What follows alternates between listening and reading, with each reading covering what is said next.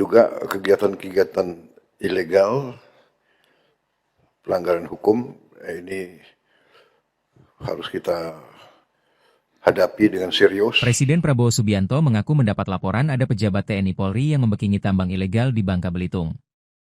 Hal itu disampaikan Prabowo saat sidang Kabinet Paripurna di Istana Negara.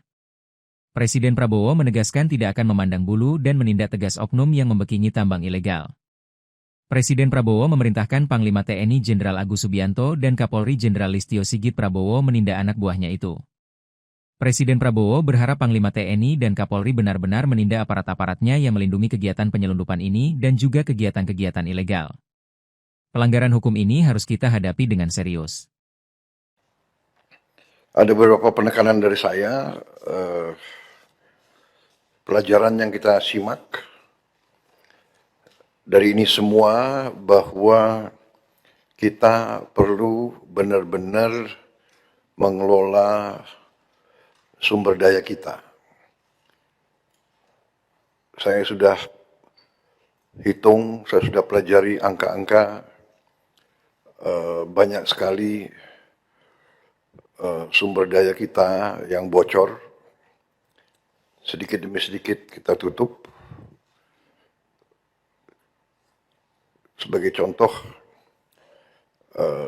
terlalu banyak kegiatan pembalakan hutan liar, illegal logging, juga illegal mining, tambang-tambang ilegal terlalu banyak penyelundupan.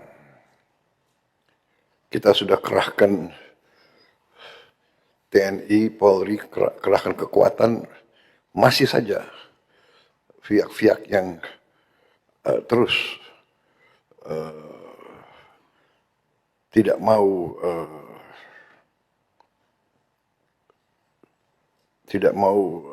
menghormati hukum di Indonesia. Jadi ini mewaspadai kita. Ya. Penyelundupan ini mengakibatkan kerugian besar bagi ekonomi kita. Ya. Penyelundupan, contoh dari Bangka, penyelundupan timah yang sudah berjalan cukup lama.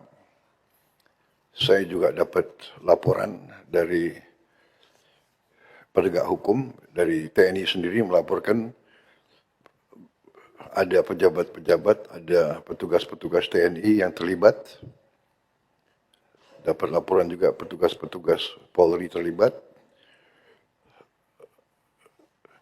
Dan beberapa instansi, ini benar-benar saya berharap Panglima TNI dan Kapolri benar-benar menindak aparat-aparatnya yang melindungi kegiatan penyelundupan ini. Dan juga kegiatan-kegiatan ilegal, pelanggaran hukum, ini harus kita hadapi dengan serius. Ya. Kita tidak boleh takut mengakui kelemahan-kelemahan kita, tapi kita harus terus bertekad untuk menyelesaikan masalah ini. Ya. Contoh yang saya katakan, kalau di awal pemerintah kita, di awal bulan-bulan pertama kita tidak